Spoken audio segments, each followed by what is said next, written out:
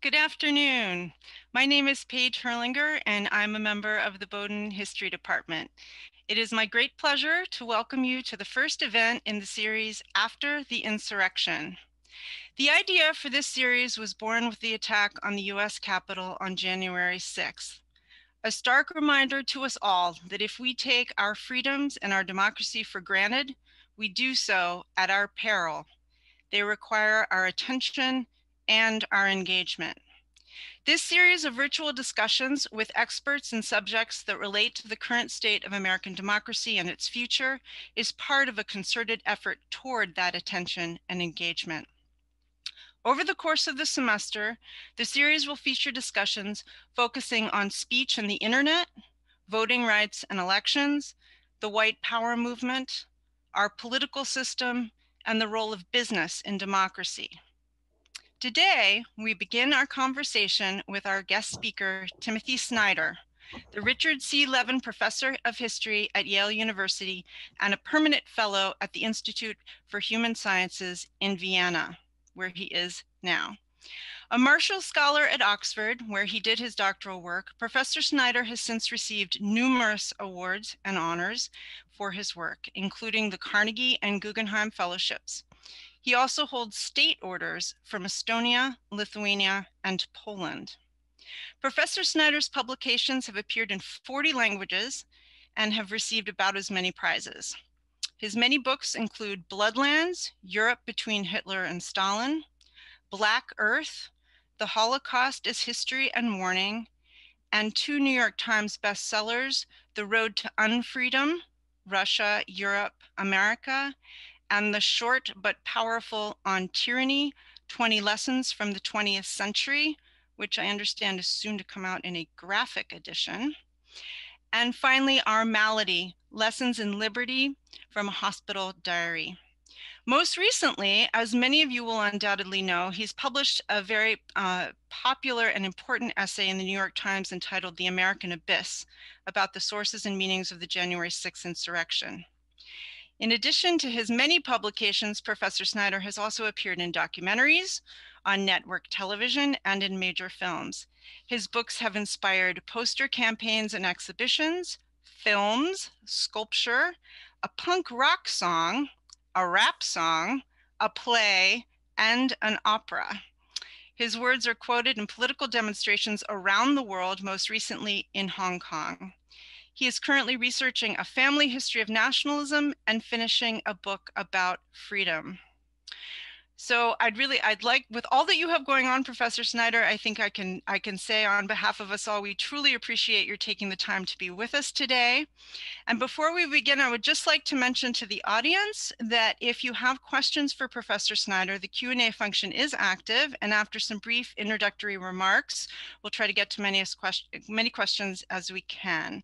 With that, I'm going to turn over the conversation to Professor Snyder. Okay, Professor Herrlinger, thank you very much. Thank you for the kind introduction. Thank you for the invitation. It's a pleasure to be with you and to speak with the folks at Bowdoin. My understanding is that my job is to lead the discussion with a few brief remarks about the state of our democracy circa 6 January 2021. So I'm going to do that for the next 15 or 20 minutes, and then I will be at your disposal, all of you listeners, for the discussion that follows. I'm going to make about 5 points. I'm going to talk about 5 things. I'm going to speak very briefly about a permanent aspect of the human condition, which is epidemics. I'm going to speak secondly about a longue durée aspect of US history, which is race. I'm going to speak about a more modern, a more recent component of mass politics, which has arisen lately and become very important for us, which is the big lie. That's number 3. And then fourth, I'm going to talk about mob rule. Mob rule as an alternative to democracy, which has emerged very clearly for us in the last few weeks. And then I'll save a couple of moments to talk about the future and about some things that we might do. So I didn't want to overlook the pandemic. It's very easy in the rush of the events of January 6th. It's very easy to yield to the temptation to think that all political things have immediately political causes and all ideological utterances have immediately ideological sources. But I do think we have to keep in mind the fact that the United States had been in a terrible state of health for the previous year, that this itself and the falsehoods told around it and the controversies that it caused had something to do with the mood by early 2021. If you construct an alternative history of the year 2020 without the pandemic, a lot of the things which we felt as crises, as particular crises, probably wouldn't have happened or would have happened in a slightly different way. So I want to make that assertion, but with that assertion, I also want to make a suggestion, which is that part of the reason why the US is always more anxious and fearful than it has to be is that we have such disastrously poor healthcare. So when something happens like a pandemic, the levels of anxiety and fear and disagreement are simply greater than they have to be because we have such a disastrous system or non-system of national healthcare. And so although the point may seem very distant when you're thinking about, for example, some guy with an Auschwitz t-shirt or some other guy with a Confederate flag rushing through the Capitol, I'm just going to insist here at the outset that that there are background structures which are also very important to our mood and to our overall comportment, and that one of those structures is health. Okay, so epidemics, health are pretty much, as any historian would note, a pretty much permanent aspect of the human condition. Now let me narrow down a little bit and talk about a deep, some colleagues would probably say, the deep truth of US political history, which is the history of race. Now, in connection with the events of January 6th, I think the crucial question is, what does democracy mean? Who are the people who rule in that word democracy? Who is actually to be represented? In American historical terms, which I'm sure many of you out there know more about than I do, the turning point here is the Civil War, Reconstruction, or really the failure of Reconstruction. Now, very often folks ask, where can you look around the world to find comparisons so you can think about what's happening in the US now? I'm very happy to do that because I'm a historian of many things, but not of the US. But I do know enough about US history to say that you don't have to look around the world, that the failure of Reconstruction, the so-called compromise of 1877, leads directly to what we would call now a series of authoritarian, non-democratic authoritarian regimes, that is the southern states, places where the vote is artfully, if possible, but violently, if necessary, repressed such that de facto, for the better part of the next century, African Americans are not enfranchised. So this leads to, this, by the way, let me just go off to the side for a second. This is very important when we think about these comparisons with other countries, because often, there's this debate among my colleagues about whether one should talk about fascism or not talk about fascism.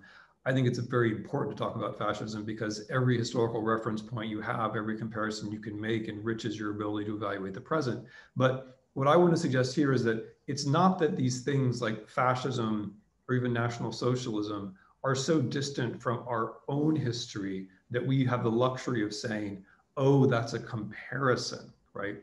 It's all part of one history, right? The history of racial discrimination, the history of racial politics is not one which is limited to one country or to another country. It's all one broad history. Okay, but bringing it back to the United States. So in our political history, since the 1870s, there's basically been one party, which has been the voter suppression party.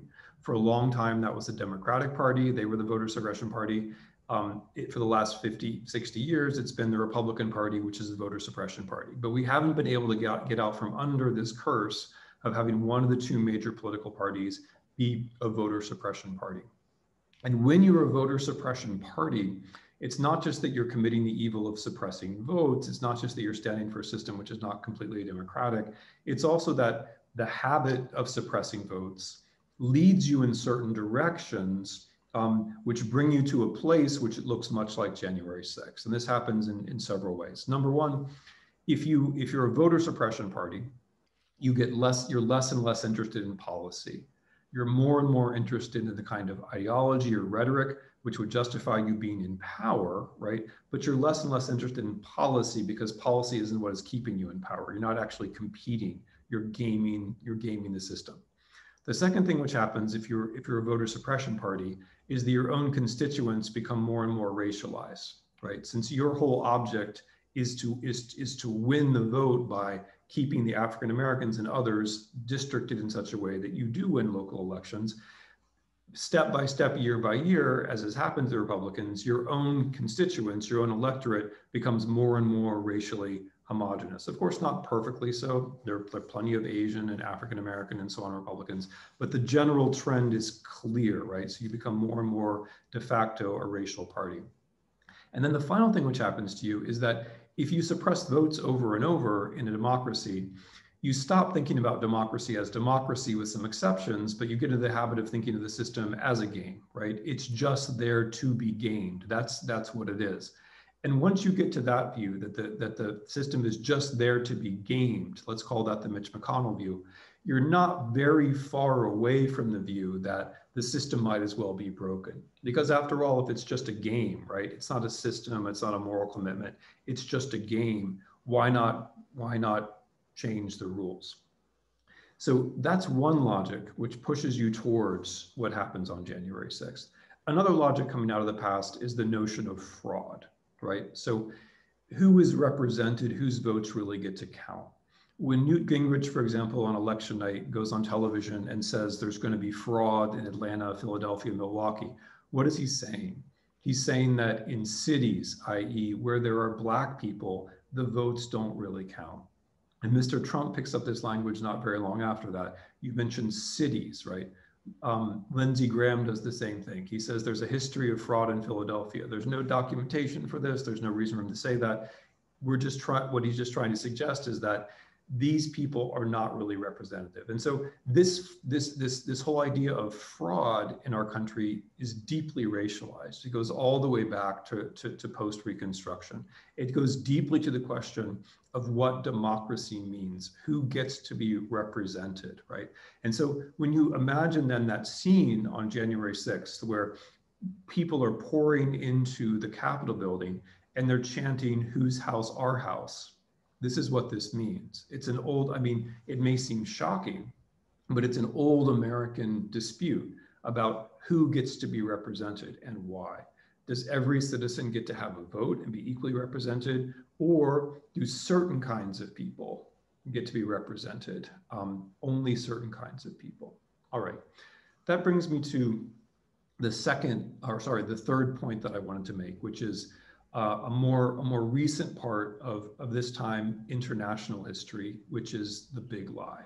Now, the transition here is that the big lie that Mr. Trump told, and which lots of other people told along with him, the big lie that he won the election, this is identical to the big lie of American history.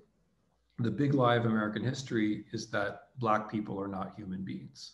And that big lie of American history is what makes Mr. Trump's big lie possible. Because what he's really saying is, I would have won the election if you don't count all those quote unquote fraudulent ballots, which is to say, I really would have won the election if you don't count those Black people.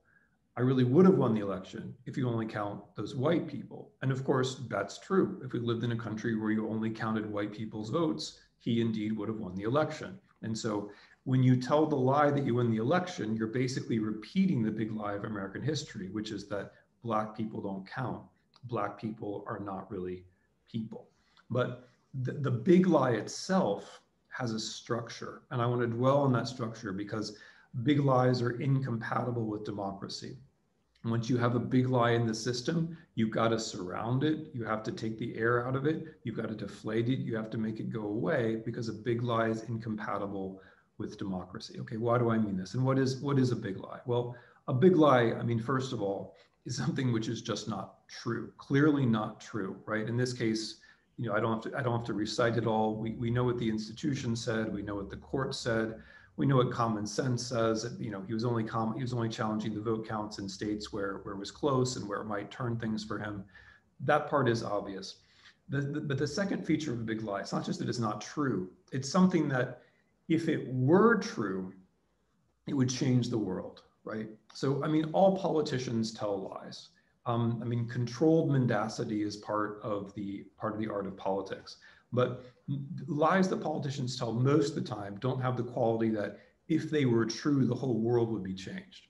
A big lie does. If you believe that Mr. Trump won the election, you have to believe a whole bunch of other things as well, right? You have to believe that judges and state representatives and attorneys general and voting machines and Hugo Chavez, you have to believe a whole bunch of other things in order to believe that lie, which is what makes the lie a big lie. It takes over a huge amount of your reasoning space. It takes over a huge amount of the world. And so if you believe it, and belief is the key word here, you find yourself drawn into thinking that life is divided up into groups. Believers, the people who believe this thing that you believe, and those who don't believe the thing that you believe. And relatedly, if you believe in a big lie, you have to accept that you have to believe in a conspiracy theory. The two go together, right? Because the only way that Mr. Trump could have lost, if he really won, is if there was a conspiracy against him, right? So de facto, when you believe a big lie, you're also taking part in conspiracy thinking. So a big lie then is incompatible with democracy, because a big lie means that you don't trust the institutions. You regard many, probably most of your fellow citizens as being evil because they're outside of your group of belief. And it also means that you're attached to the person who's telling the lie. And this is where things get interesting, because looking into the future, because the person who tells the lie first is not always the person who rides it to power. So Mr. Trump tells this big lie. It got him as far as a violent insurrection and a storming to the Capitol. It did not keep him in power. However, the lie continues, and not just because he continues to tell it. It continues because other people in his political party continue to tell it, including aspirants for the presidency in 2024, like Mr. Cruz and Mr. Hawley. And so what's interesting, interesting in a dark way, is that the lie can keep going, right? The lie has shaped the way people see the world. It creates its own alternative reality in which you can keep living. So just here's something to think about. An original big lie in 1918 was that Germany would have won the First World War if it hadn't been for the stab in the back. If it hadn't been for the Jews and the left, Germany would have won the First World War. That is a big lie which was told by top-ranking German officers to explain why they lost the First World War, why it was someone else's fault. 15 years later, that lie is being told by Adolf Hitler, who did not originate it, but who took it and who developed it. And so when we think about the future of a big lie, then we have to ask, okay, in 15 years, what will the United States be like if people are still saying this? If we're in a country where people believe that the 2020 election was stolen, where major politicians are still saying that, will that country still be a democracy? I think that's very unlikely, frankly. Okay. The fourth thing that I wanted to talk about was the problem of mob rule. And here, let me again just kind of go back to first principles, because we're confronted with these things, right? When I say mob rule, you immediately know what I'm talking about. Your mind probably involuntarily sees that mob of people crowding the Capitol building, breaking through police lines, bringing a gallows and a noose, talking about killing Mike Pence. Some of those people were actually looking to do harm and perhaps even to kill our elected representatives. When I say mob rule, you think about all that, and you should, because it's important. But we need to take a step back and realize that mob rule is actually a form of politics. It's not just something which happens every now and again, right? It's not like getting drunk. It's like alcoholism. Mob rule is not just this chancy once in a lifetime thing. It's an alternative set of political principles which democracy is designed precisely to oppose. The whole point of representation is that we vote and then people following rules represent us so that we don't have to use violence against one another and so that we don't have to use violence against them. Democracy is meant to work against mob rule. Mob rule is incompatible with democracy for a couple of very important reasons. Number one is the rule of law. Democracy depends upon the rule of law, and the rule of law depends upon the state having a monopoly on the legitimate use of violence.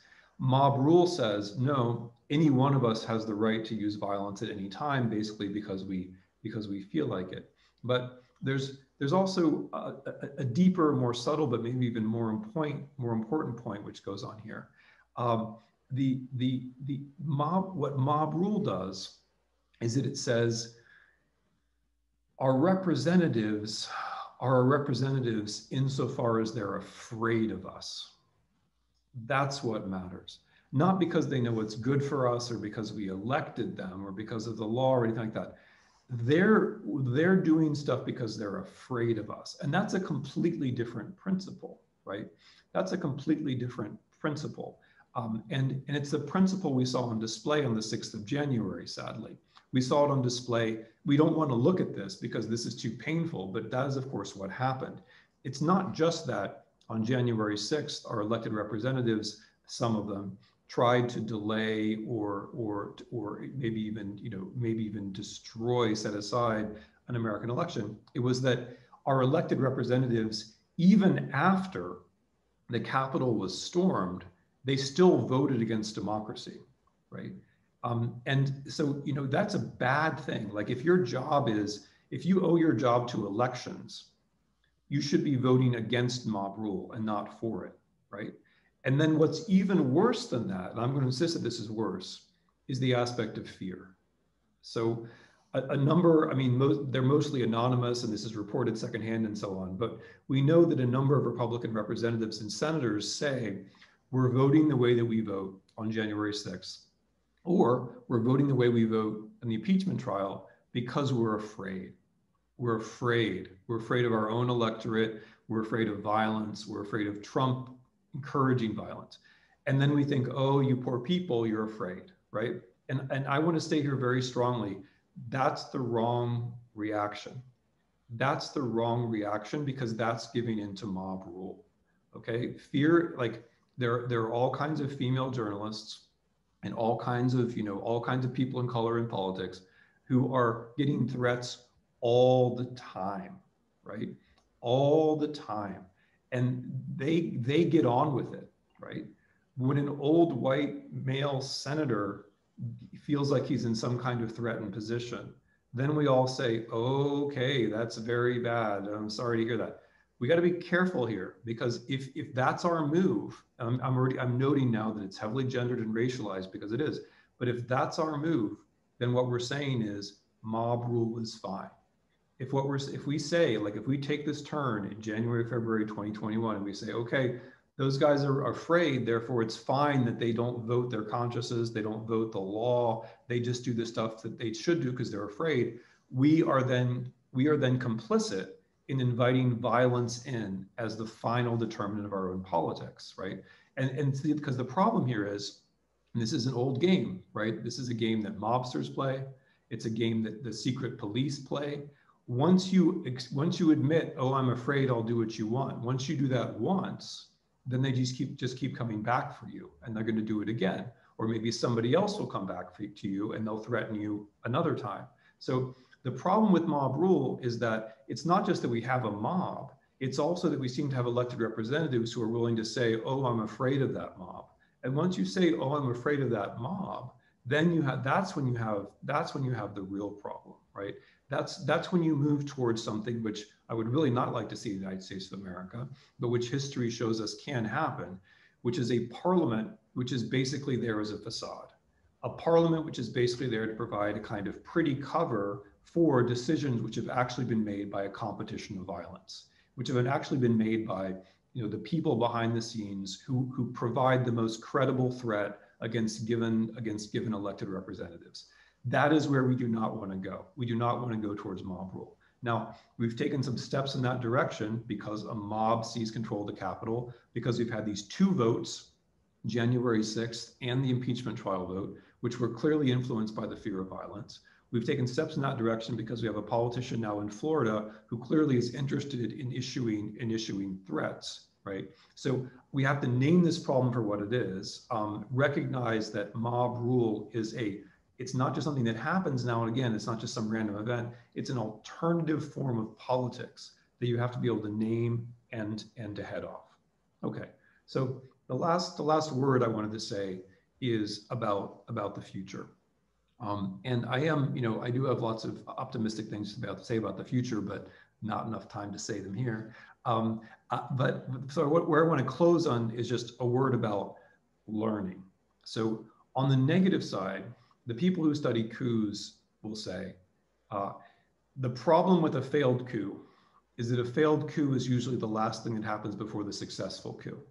So when a coup d'etat attempt fails in your country, which has just happened in the United States of America, you don't then go home and say, oh, the institutions saved us, right? I mean, when I hear that, I'm not really frightened by that many things in politics, but that particular reaction frightens me. If people say, oh, well, the coup attempt didn't work because the institutions saved us, no, that's not the right reaction.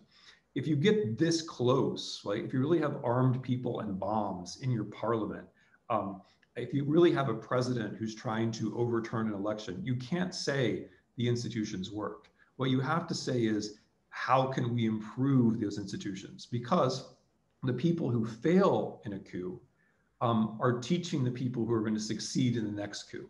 So if you're not learning yourself from the coup attempt, you're going to lose the next time around. Now, the positive side of that is that what this teaches us, hopefully, is that the United American democracy has a lot of room for improvement. That posture that that so many people took in 2016, 2017, that the institution, we're an exceptional nation, greatest democracy ever, and so on. Our institutions will protect us. That posture did not work, right? So what this suggests to us is that democracy is not some kind of a machine. It's not some kind of historical inevitability. Democracy needs support. Democracy needs moral support. We have to say that this is the system we want, not some other kind of system. It needs structural support, which we can talk about more, but one of the structures that it needs is healthcare. Another structure that it needs is support of factuality. And also democracy needs, not a whole lot, not every day, not all the time, but now and then it also needs a little bit of courage. Thanks. Thank you very much. Lots of food for thought already, and we have quite a few questions coming in. I think I'd like to start actually with one of the very first questions that came in that asks you to elaborate a little bit more on this question of where we are as a democracy. And it starts with the Freedom House. This is from, I should mention, Dr. David Dixon, Bowdoin class of 1976, asking about whether you agree with Freedom House's assessment that the U.S. is no longer a full democracy, and do you concur that the dominant faction of the Republican Party is authoritarian in the wake of its behavior following the 2020 election and its ardent support of voter suppression? But I want to follow up on that a little bit and ask you for some more structural ideas for how we can, moving forward, combat some of these very real problems that you have been mentioning with respect to mob rule, fear. For example, would term limits, would that be something that you'd see as a check on some of this? I think a lot of people have been asking what is the road forward, and what can we do, sitting from our in front of our screens, but what can we do to help pave a better path forward? Mm-hmm. Okay, so Paige, your amplification of the question is so broad that I'm gonna say a couple of things about it, but I'm gonna wait and let other questioners ask more specific questions about the future, because if I try to answer it, fully, I'm going to take up all of our time, which I don't want to do. Okay, I just want to put it out there that this is not me. This is actually coming in. Okay. People are writing in asking, what can we do? So I Okay. want to echo that. All right, good. So I'll take several cracks at it, starting with this one.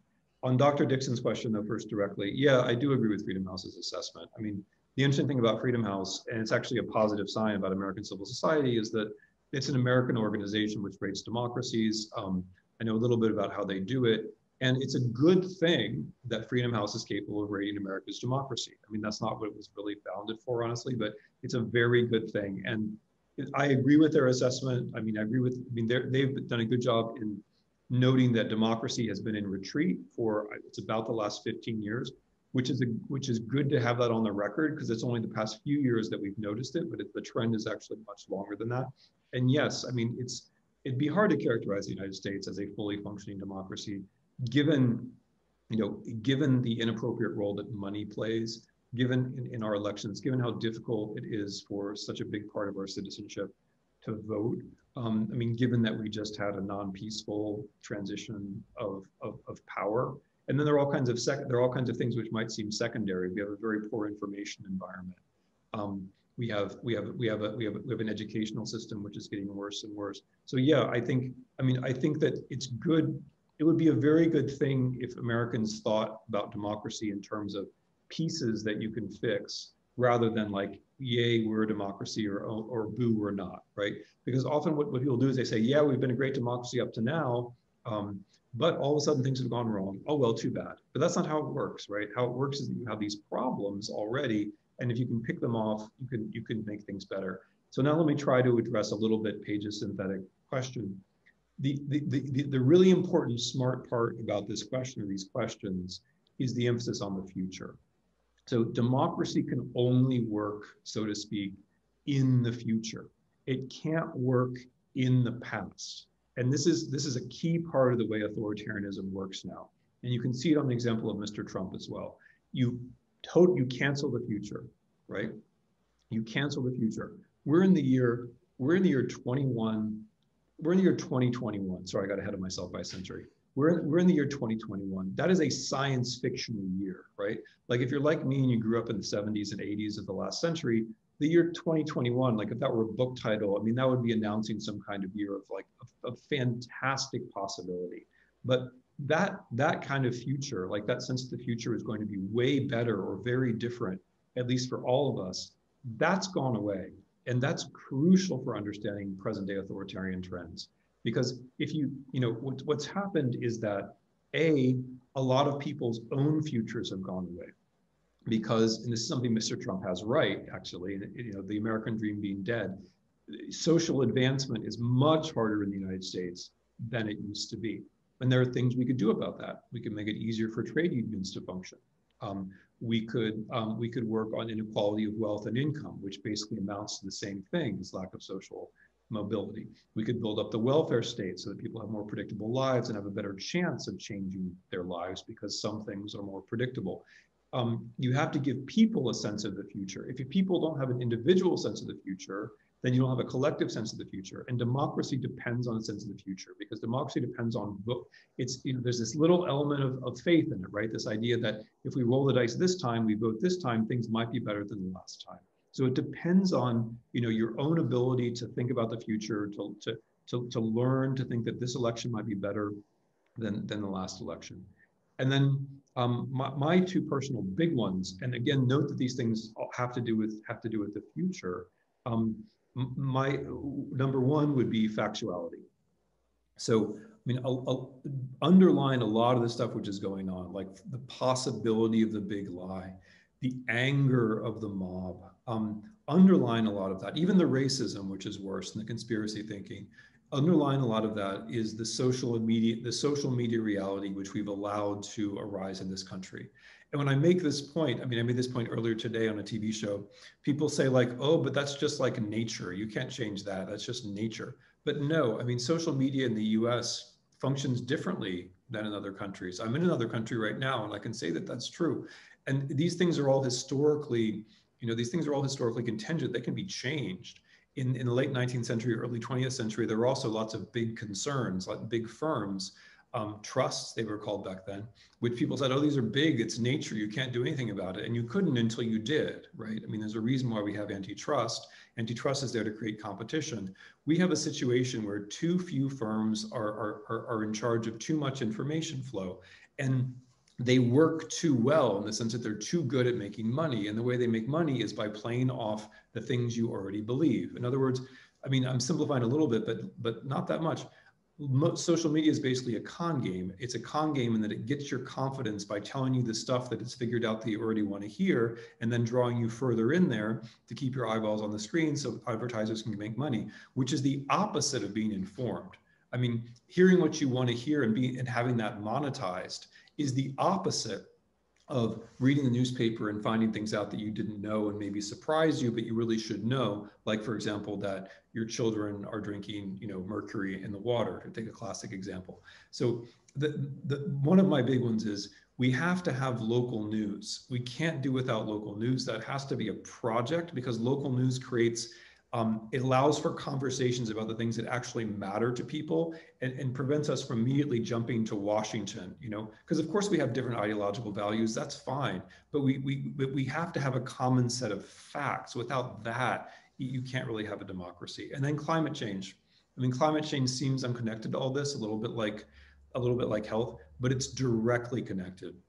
The sense that, if you don't believe in climate change, then this may not affect you, but for the vast majority of Americans who do, the fact that there is climate change and we're not doing anything about it, or we're not doing nearly as much as we should, that also compresses the future. It makes people feel hopeless. It makes us feel like, well, what's the point in acting now? Like, we don't really have that long of a time horizon anywhere. It increases anxiety and fear. If we could fix climate change, I mean, this is the thing about, like, we could do it. It's not harder than the moonshot. It's not harder than a lot of other things that we've done. We could do it. We could turn it around, and if we were solving climate change, that would be pushing the future outwards, and we'd feel much less afraid, and we'd start to have a future, into which we could look. So those are some of my big ideas about that. Wow. Yeah. I mean, I'm glad you brought up you keep emphasizing the fear that I think a lot of us share, although about different things, but that fear is not a strategy. It's not a starting point for healthy decision making, and to set it aside. I think also the pace of change that we're confronting on all of these fronts that you just mentioned is, for many of us, really overwhelming, right? I mean, we're not only talking about big problems, but we're talking about feeling the pressure of solving these big problems yesterday. And that's only increasing our anxiety and our fear. So it's a cycle. A lot of questions have come in. I think I'm going to use my privilege as the moderator to actually pull up one from one of my former students, Alex Kogan, who is asking a little bit more about the big lie. And he asked specifically, what historical examples are there of an honest democracy overcoming the big lie, mentioning that in Nazi Germany, the alternative reality of the big lie did not fully unravel until the latter stages of the war, that is, after genocide and brutal war. So, but I think the bigger question here is obviously, are there real things that we can do to combat it right now? As you said, in 15 years, if it's still around, our democracy is in trouble. So do you have any suggestions for how we might begin to combat? Yeah, it's a great point that Alex Kogan makes about the big lie, and that's something that has me very concerned too, because unfortunately he's right. If you don't usually get out of a big lie unless you're shocked by something, because it's like any other form of addiction, let's call it. I mean, it's very hard to. The whole point is that once you're inside a big lie, you can't really be reasoned out of it because it doesn't. It's internally consistent for you. It doesn't depend upon external evidence. It's internally consistent, and so anything or anybody which appears to be against it just in a way confirms it, because you already know that the world's divided into us and them. You already know there's a conspiracy against you, right? So it's hard to penetrate it that way. And unfortunately, the sociological reality is that it often does depend on some kind of a shock. So in the case of Germany, I'm afraid, I mean, Alex Coben is quite right, right down to the end of the war. You know, if you read like Victor Klemperer, for example, about, you know, examples of like returning crippled German soldiers in April of 1945, still thinking that the Fuhrer is telling the truth, you know, still thinking that like somehow there's a miracle weapon, right? And what I want to avoid is in America where we have a deep lie which is so entrenched and lasts for so long that we have to be shocked like that to get out of it, right? Eventually we will be, because I mean, among other things, believing in a big lie like this will, it will make, I mean, so much of our, you know, we're not China. If we want to be China, that's a different story. But if America is going to work, America depends upon, is a trust society. And trust societies depend upon habits of truth and truthfulness, at least, you know, within some kind of a limit. If we stop being a trust society and start becoming a belief society, you know, then we're divided up into clans where one clan believes this and one clan believes that. And it's not just that politics won't work then, the market isn't going to work as well then either. A lot of things that we take, the law isn't going to work as well, civil society isn't going to work as well. A lot of things that we take for granted will stop working if we're living in this big lie. Okay, enough dark stuff. I do think that there are some things that can be done about this particular big lie now. I mean, number one, politicians in Washington had, beginning November 3rd, but you know, better late than never, the obligation to simply talk about what the election results were. And insofar as they're not doing that, they are taking part in this big lie. Number two, and now there's talk. I mean, this is something I've been talking about for you know, 7 weeks now, but I think that Congress is actually going to do it. There has to be some kind of blue ribbon panel, some kind of commission, which brings in, and by the way, like, if you like this idea, please tell your elected representatives about it, because I think it's much more important than they realize. There has to be some kind of commission, which includes forensics people, digital forensics people, lawyers, security experts, historians, scholars who work on race, a total view that, which tries to get our minds around what happened on January 6th, how it was possible, institutionally, historically, from every possible angle, and to produce a report which is there on the record for any judge in the future who needs it, for any historian in the future who needs it, for any school, any college in the future that wants to teach it, you know, in a 100-page report. Maybe it has 10,000 pages of appendices, but in a 100-page report, which gets clear what happened and how it could have happened. It seems like a simple step, not very dramatic, but it would make a huge difference, right? I hope that will happen. And then the third thing I would say is that, to what I already said, the big lie works in a certain kind of media environment. And so you don't address it directly, but you do address it effectively if you can fill up the world with more factuality, give people other things to care about, things in their own lives to care about. That will also, it won't do away with it, but it will change the atmosphere.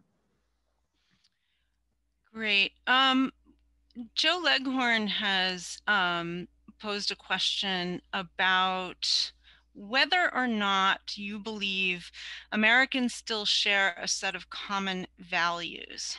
And if not, how can we as Americans try to retrieve a set of common values? So and I think when I was speaking with my class earlier today, I think this speaks to the question not only of values, but when we are so polarized in our kind of core beliefs, or at least imagine that we are, how do we even begin a conversation where we're using, I don't know, even the same vocabulary? How do we even initiate that? I think we're all struggling to figure that one out. You know, even within our own families, I think many of us. I saw the letter that Adam Kinzinger, the Illinois congressman's family, sent to him when he voted his conscience and voted to impeach, and his family there was a kind of tribalism, but it was steeped in a shared set of beliefs that they felt that he had betrayed. And if that's happening on the level of the family, how can we as a society find that space for a real dialogue over issues, not even the issues that are sort of the ones that divide us, but even if there are common values. So that's a two-part question. Are there common values? And then how do we start a healthier or a conversation, a productive conversation about them again? Yeah. No, it's a wonderful question. I mean, I think you can't really do without values, and that's going to be the beginning of my answer. I think one thing that conservatives have had right and liberals have basically had wrong is the necessity of values for a democracy. I mean, a democracy is not just about my individual preferences or your individual preferences. It's not just about my individual interests or your individual interests. A democracy depends upon valuing, and I'm not saying, by the way, the conservatives always have the right values. I'm just saying that I think they have been right about the issue of values. A democracy also depends upon values. It depends upon, for example, the value of pacifism, that you're not going to fight violently about an election result. It depends on the value of toleration, that your neighbor has the right to vote differently than you do. And I believe, and that it depends on the value of truth, that a democracy is an enlightened project, which assumes that we as creatures can do better than just responding to our immediate urges and impulses, that we're also capable of learning, drawing judgments. And I think that that value commitment to truth is part of what I think folks on the left or liberals should consider. Or since I'm not being really straightforward, I think they should embrace it, because what's happened I mean, simplifying a little bit, but what's happened is that the the embrace on the left of the idea that there's not really much point of pursuing truth because every experience is individual and subjective is then, of course, weaponized by the people who actually have the wealth and the capacity to project subjectivity. And that's Mr. Trump. I mean, that's the story of Mr. Trump in a nutshell. He weaponizes the idea that there's no objective truth and there's no moral value in pursuing it, that all that matters are feelings. And it turns out that when all that matters are feelings, what really matters are the feelings of the powerful, not surprisingly. So the way that you get at the powerful is not with feelings. The way you get at the powerful is with facts. But you can only have facts if you've decided, a priori, that facts are of value, that factuality is a value. And by the way, when I say that, I don't mean to dismiss at all the different experiences of people in the United States. On the contrary, I mean, embracing factuality means, for example, knowing how many people are incarcerated in the United States. It means knowing how much more likely it is for an African American to die of COVID in the United States. It means knowing, how much more likely an African American woman is to die in childbirth in the United States. Those are all facts. And on the basis of facts, I mean, wealth inequality is a classic example. I think wealth inequality is probably the biggest problem in this country, but wealth inequality is a matter of numbers. And if you don't see the numbers, you really can't appreciate the qualitative reality of it. So I think a value commitment that we have to have is the value commitment to factuality. And then the last thing that I wanted to say about this is that there is a value that I think a lot of people, not everybody, but a lot of people in the United States, probably most people in the United States, would say that they accept, which is freedom. And here, I think our big problem is that when we say the word, we don't know what we're talking about, or we're talking about. I mean, sometimes sad to say, we're talking about nothing. We're talking about what I feel like doing at the moment, and what I feel like doing at the moment is what I feel like doing at the moment. But it's not freedom. I mean, what I feel like doing in the moment, there's so many things that go into that, so many humans and machines and causes and accidents which go into how I feel at the moment. My freedom is something else. I mean, my freedom comes from my ability to decide who I am, and how I'm going to project myself into the world and how I want to change the world.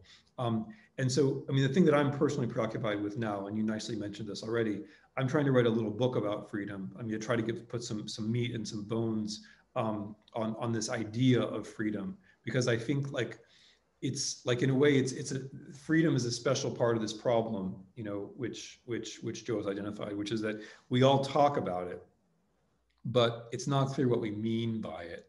And I'm hopeful that if we had a discussion about what we mean by it, we might get a little bit closer to not to all having a common set of values. I don't really believe in that, but get closer at least to having some of these core values that democracy depends upon.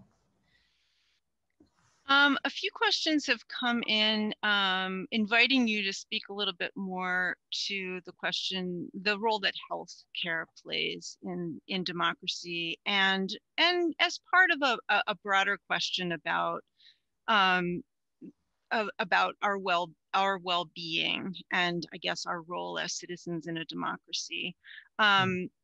Both our physical well-being, but also our material well-being, which are related in many ways. So I,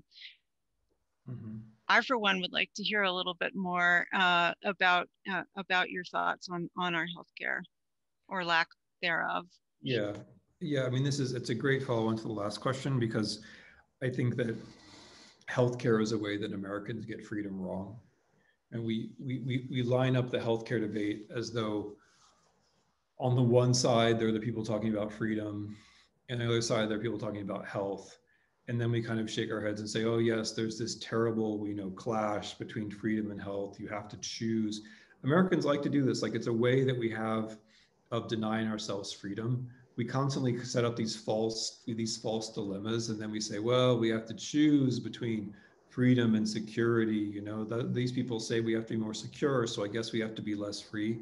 When, like, even in that classic example, there are very often things that you can do where you can be more free and more secure at the same time, right? Like that's possible. But we've got, and so this is like, that's a classic way of thinking about freedom, which I think we should stop doing. But in the case of health, freedom, it's a good example of how there isn't a clash between values, right? It's not that you have to trade off freedom for healthcare. On the contrary, if you have healthcare, you're a freer person. And this is, in Our Malady, which is the book that I wrote basically after I got off, what could very well have been my deathbed.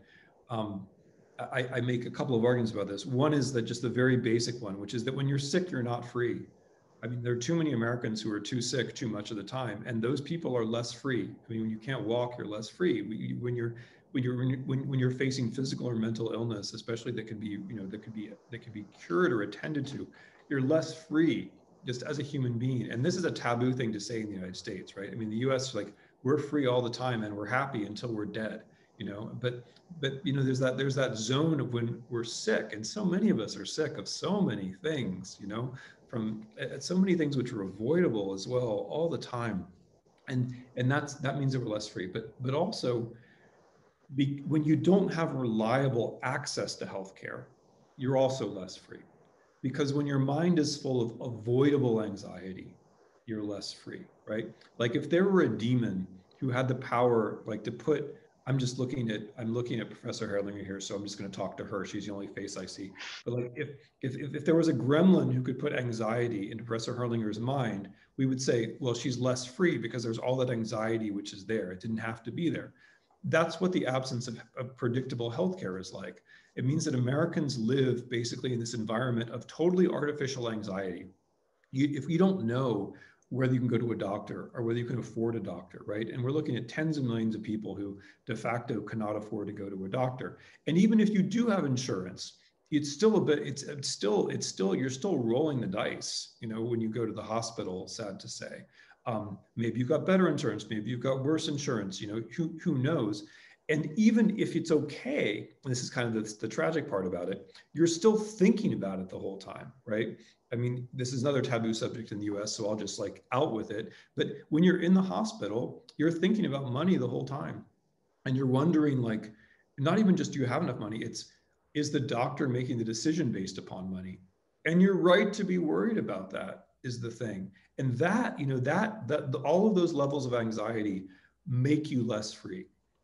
if you could pull that anxiety out of your mind, you would be more free. And this is, it pains me to say this as an American, but this is one of the things that I notice in Europe, is that this is one of the ways the Europeans are more free than we are, because they don't have that artificial anxiety in their lives. They're calmer and they have more mental space, more emotional space to think about other things.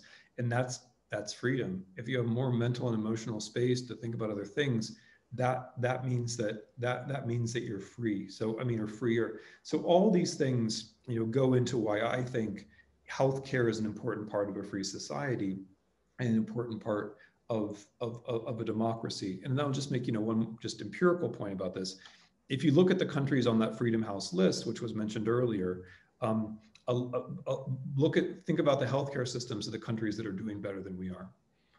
There are people in this country who, for whatever reason, seem to think that if you have a healthcare system, that means you're less free.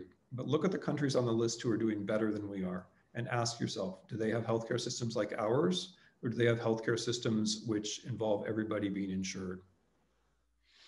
Thank you for that. You inadvertently answered one of the next questions, which was to sort of compare our system to other functioning democracies and what makes the difference. And of course, that was the answer you just gave, right? Healthcare.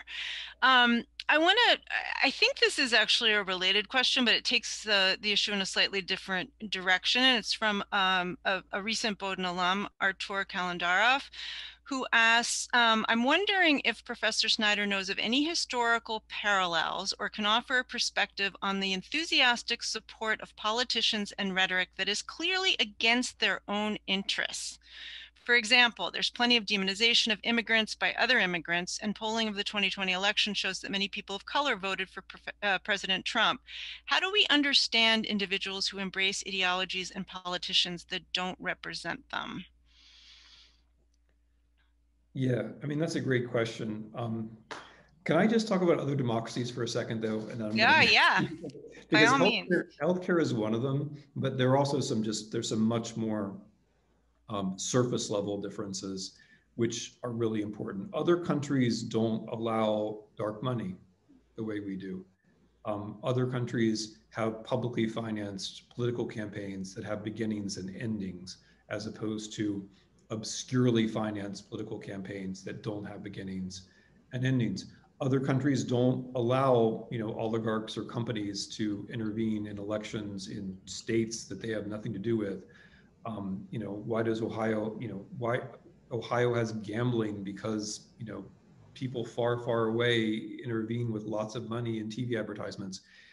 Most other countries or democracies don't think that it's particularly democratic for people who have disposable wealth to be able to frame the whole conversation, right? That's a difference.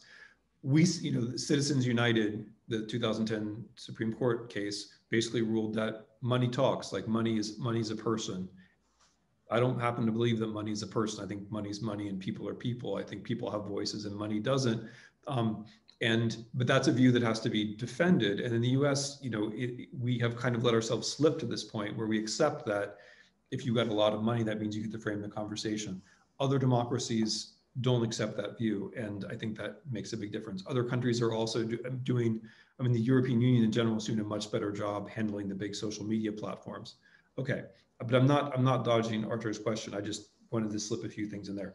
I want to take Artur's question to the next level, though, because it's not just, it's not just migrants or Black people. I would say, if own interests, most white people in the U.S., it's not Black people that vote against their own interests, it's white people that vote against their own interests in the US. If you used interest in the kind of most academic, least contested sense, which is economic interest, right? It's not Black people that are doing that, it's white people. White people are the big practitioners of identity politics in this country. If you mean so I'm just taking interest in a very narrow sense, like you should be voting your pocketbook. That's white people. That's us. That's the white people who are doing that. The white people are engaged in this in tribal politics, because if you're voting against the welfare state, if you're voting against taxing rich people, that's when you're voting against your own interests. And voting against taxing rich people and voting against the welfare state, that's what white folks do.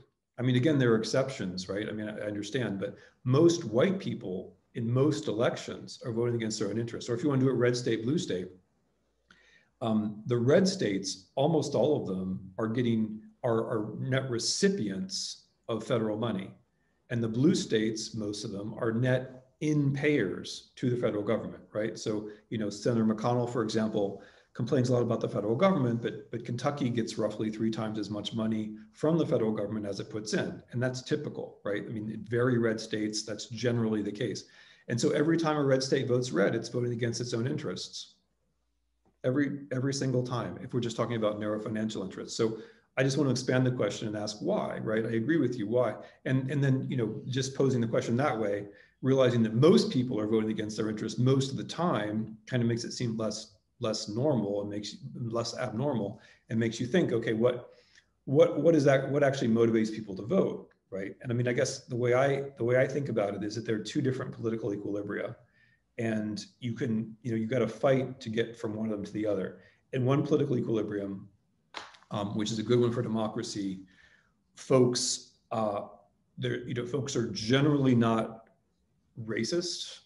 Historical discussions about difference have taken place. There's a healthy information environment in which you can more or less make decisions about your interests by having accurate information. That's a kind of idealized equilibrium point, for democracy.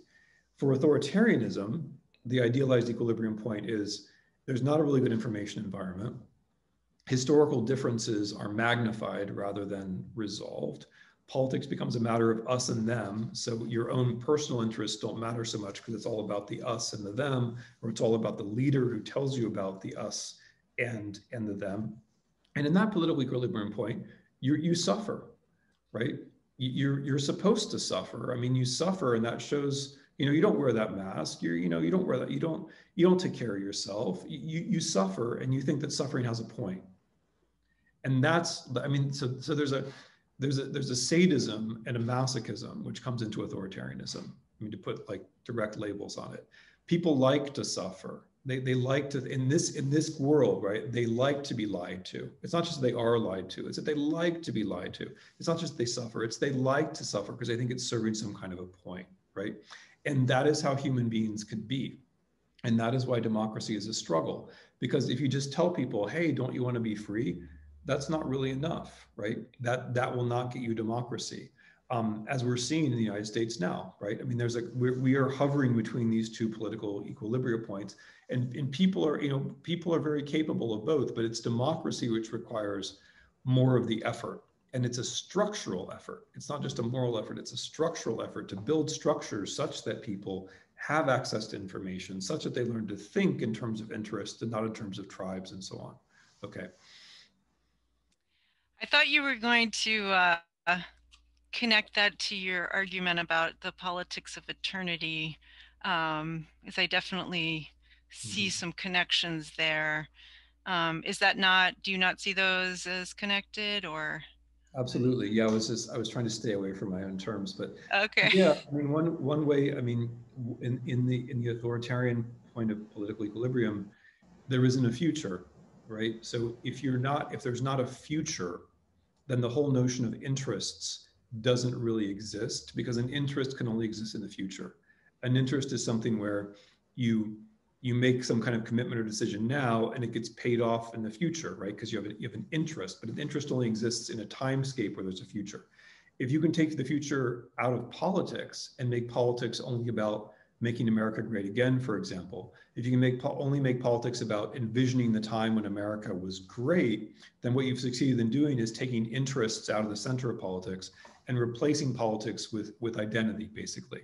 Like, let's identify with that time when we were on top, right? Let's not do anything to give ourselves a better chance in the future. Let's just identify with that time when we were on top. And so time is very, very important here, and that's why politicians like Mr. Trump, Mr. Putin is also very good at this.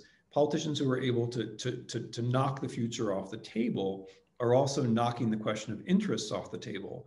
And then suddenly the question isn't, why aren't people voting their interests? Because you can't, if there's no future, you can't really have an interest. All you can have is an identification. An identification doesn't demand policy. Identification just demands reassurance. Identification demands clear definition of the enemy. Identification demands a story, but it doesn't demand policy. It doesn't demand policy that affects your interests. Right. And when you were speaking about suffering earlier, I was thinking the word sacrifice might also be appropriate, right? That agency comes through that sacrifice for this higher cause, this identity cause, basically. That's a way of connecting. So we have another question from, I'm going to probably mispronounce the name here, so I apologize for that, but Ryan Kovarovich, who asks, what is your take on the idea of, quote, toxic liberty, unquote, as in the ideal in America that some people have, that that they think they have the right to do whatever they want because America is built on liberty, in contrast to Europe, where unconditional liberty is not part of their identity. Do you think that this issue of toxic liberty has an effect on the current state of our democracy? So I mean, I can't answer that question directly because I'm hearing the phrase for the first time. So I don't know, I don't know quite how to judge it on its face, but I agree with the spirit of the question. I think liberty doesn't mean doing the stuff that you want to do. I mean, that's what a 2-year-old thinks liberty is. I say that as a parent, but it's not actually what liberty is. I mean, if liberty is something which inheres in people, then then I have rights, and I have rights, but my partner also has rights, and my friends also have rights, and my coworkers also have rights, and everybody has rights, and those rights clash, and that's what democracy is for, and that's what the law is for, and that's what institutions of civil society are for, is to regulate that necessary clash in values. So I have, if I believe that my liberty means I do whatever I want, that means I can point my finger at someone else and make them a slave, right? That's what I wanted. I wanted to make them a slave. Why not? That was my thing, or I wanted to kill them, right? But that's what I felt like. I felt like taking out my gun and shooting them. That's what it's freedom. But obviously the first step in every serious thinker about freedom, including, from Kant forward through the founding fathers, I mean, every single serious thinker about freedom understands that that if it's a human value, it's reciprocal, and therefore the first problem of politics is the fact that more than one of us is free. I mean, if I'm allowed to do everything I want, then then I'm an absolute monarch, and the whole point of the republic is not to have a monarchy.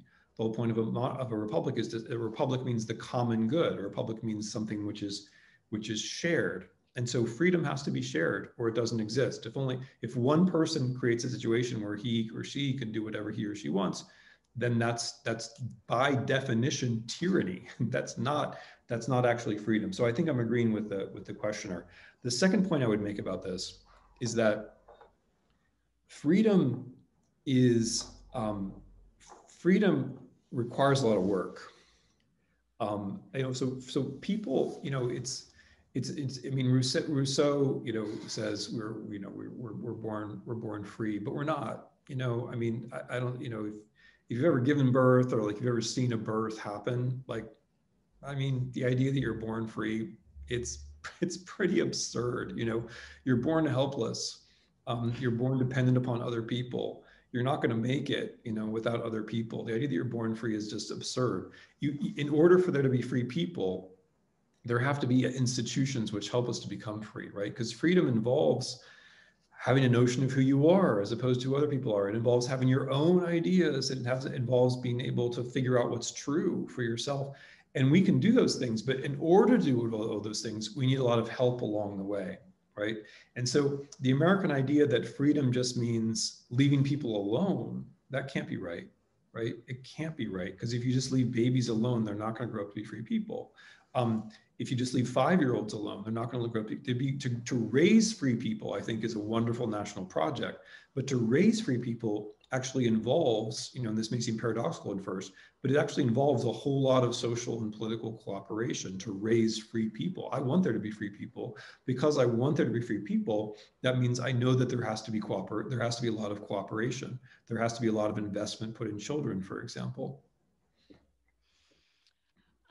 Thank you. So another question, and we're getting to the end of the hour here. So this comes from Joe Gordon, and it asks, it says, hindsight is brilliant, but foresight remains the challenge. How do we anticipate such a catastrophe and not take action to address it before it becomes a tragedy?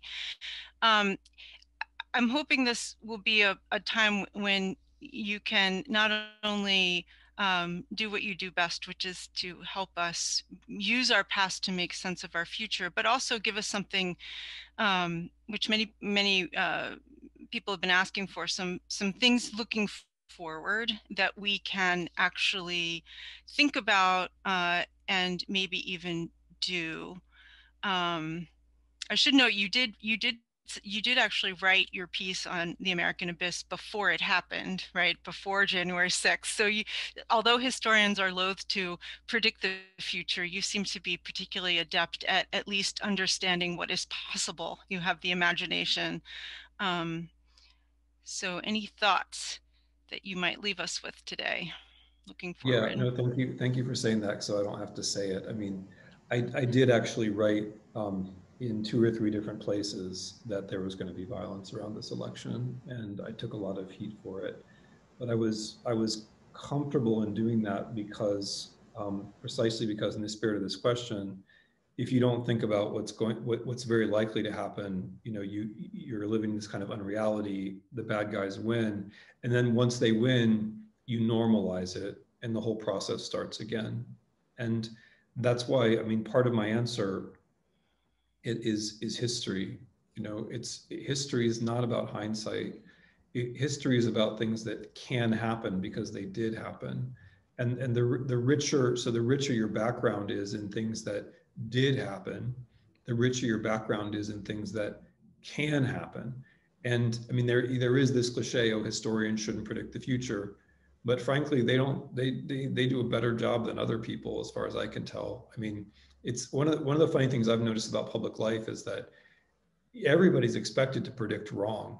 It doesn't, like, public commentators predict things wrong all the time. It doesn't stop them from reappearing in public life. People who predict things correctly, however, they don't actually get very much credit because it's kind of annoying when people predict things correctly, right? But my intuition here is that history is not about being a Monday morning quarterback.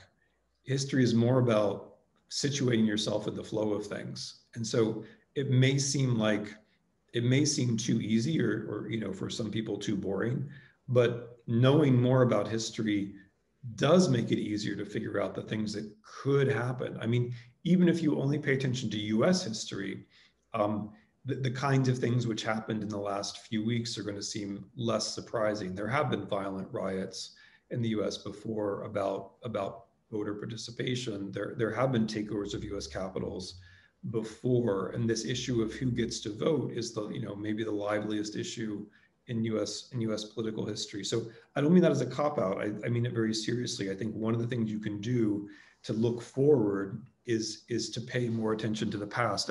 And this also, I mean, part of our authoritarian problem in this country is the crushing of the humanities, right? Because I mean, nothing against science, love science, my kids love science, I love science, I was a math team champ, it's all great. But the thing about that stuff is that it doesn't actually prepare you for the values of the future, right? I mean, it gets you set up, especially the way it's taught now, it gets you set up to be a functional person, a problem solver, and so on. But only the humanities create the possibility of thinking about how the future should be, and only the humanities create the imagination that allows you to broaden possibility, right? Because the actual possibilities for good and ill are always much bigger than we think they are. So one thing, and again, it seems indirect, but it's not. I mean, there's a reason why the same people who don't like democracy are the people who are trying to crush college campuses, and particularly the humanities. And that's because the humanities are the thing which give us imagination about the future, both in terms of should and in terms of can. I mean, there are lots of smaller things that people could do. If every one of you, goes home after this is not election, goes home, it's late here, goes home after this seminar and subscribes to a newspaper, you've done something good, because the reporters are the people who are actually making a difference. Especially if you subscribe to a print newspaper, you're doing a lot of good. Run for local office. There's this kind of terrible gravity in the US where all we talk about is national politics, and that's one of our syndromes. And the democracy is actually going to be decided, by the states. And that's where it's most at risk, actually. And that's American history too, is that democracy is most at risk at the level of the states. So, running for office, like, we need good people to run for attorney general. We need good people to run for the local positions that involve elections. Those are things that people can do. And then there are value commitments, which I don't expect you to immediately agree with me about, but I would like you to at least think about, like, the value commitment to factuality. I don't think we can do without that, because if the people who want change are not sure about the existence of facts, and the people who want authoritarianism are confident of their beliefs, right? Then you're doomed, right? If it's false convictions up against uncertainty about the existence of truth, the false convictions are going to win every time. So there's some value things here that are worth thinking about, and for me, the most important value is commitment, is factuality. We have taken up more than enough of your time, but if you have 30 more seconds for our students out there, especially, how do you consume your own news? Are there sites that you would recommend that they go to, or? That is such a great question, because, again, now I'm going to sound like a therapist, but so much of what's gone wrong, comes down to how we spend our time and where we put our eyes. And we can't fix that for other people, or it's difficult. But the way to fix it for other people is to pass laws. There should be laws which force the social platforms to pay taxes to support local news. That would change the country. But for the time being, what we do is really important. And mood is really important. Like that word fear that you used earlier, Paige. It's really important because fear is like, it's managed for us. There's American politics creates reservoirs of fear about things that we don't need to be afraid of, or shouldn't be as afraid of as we are. We shouldn't have to be afraid of our own health the way that we are. We shouldn't have to be so anxious about the education of our children as we are. These things are all artificially produced for us. And then when you add to that the anxiety which is produced by screens, then you're in real trouble. Because I hate to be like old guy. Okay, so now, like, I used to be a computer programmer. Like when I was a kid, like program computers. That's what I did. It was my thing. I'm not against all of this. I was a science fiction buff. I love computers. But the thing which has happened is that the idea was that man plus machine was going to be God. And what's turned out is that man plus machine is beast. That's something of a simplification, but the social media is designed to basically bring out the impulsive side of us, and that exhausts us, and it also makes us less capable of making sound decisions. And I am trying to answer the question about how I get news. I try to get news from paper. I try to walk somewhere where there's a newspaper and buy it, and then read that newspaper. And the funny thing I find is that this isn't meant as a boast, but I generally think that I retain the news better. And the studies show this too. Like, you don't really retain stuff you read on the screen very well. you retain much better from paper. And also, if you read newspapers, the newspapers aren't there aren't algorithmized to the stuff that you want to hear anyway, and so you're then surprised by things, and you learn more because the arrangement of articles on a page is not there are reasons for it, but it's not personalized to you, and you don't want things that are personalized to you because frankly you're already enough you, right? You're already enough you. You're fine at being you. You don't need to be more you. You need to be challenged by things. And so, I mean, I try to read. There are kiosks. I'm in Vienna. I go to kiosks. I buy newspapers. I put them under my arm, and then I take pleasure in reading them. When in the old world, when there were cafes and things, I took pleasure in reading them outside. Like that's part of my habit. In terms of sites and things, like again, I think it's better to subscribe to stuff and to be a day or two late than it is to just stare and like let the machine choose what comes into your eyes. I mean, I do that too. Everybody does it, but it is kind of a passive anti-human posture to let the screen decide, to let the machine decide what's going to come into your eyes, and to let the machine decide which aspects of your personality you're going to develop and so on. There's something creepy about that. So subscribe, right? So like The Week is a good thing to subscribe to. The Week condenses the news of the week. It has right-wing publications, it has left-wing publications, it has all kinds of publications. It gives good summaries of what happens. You can tell, if you happen to be on the right, you can tell what people on the left are reading and vice versa. But it also just gives a good summary of all kinds of news. The Guardian Weekly is a cool thing to subscribe to. They have a US edition, and you get a slightly different perspective because it's the Guardian rather than the US paper. I think Sunday papers are a good idea. Like if you can subscribe to the Washington Post on Sunday or the New York Times on Sunday, you don't have to be, then admittedly you're still reading on Wednesday because it's really thick, but you'll find out that you're learning more. I mean, in terms of like, I read a lot of foreign news because I'm a Europeanist, but in terms of US stuff, I mean, I think Vox does a nice job of explaining like things that are online now. I think Vox does a nice job of explaining, and explaining is good. That's one that I would recommend if we're going to be online.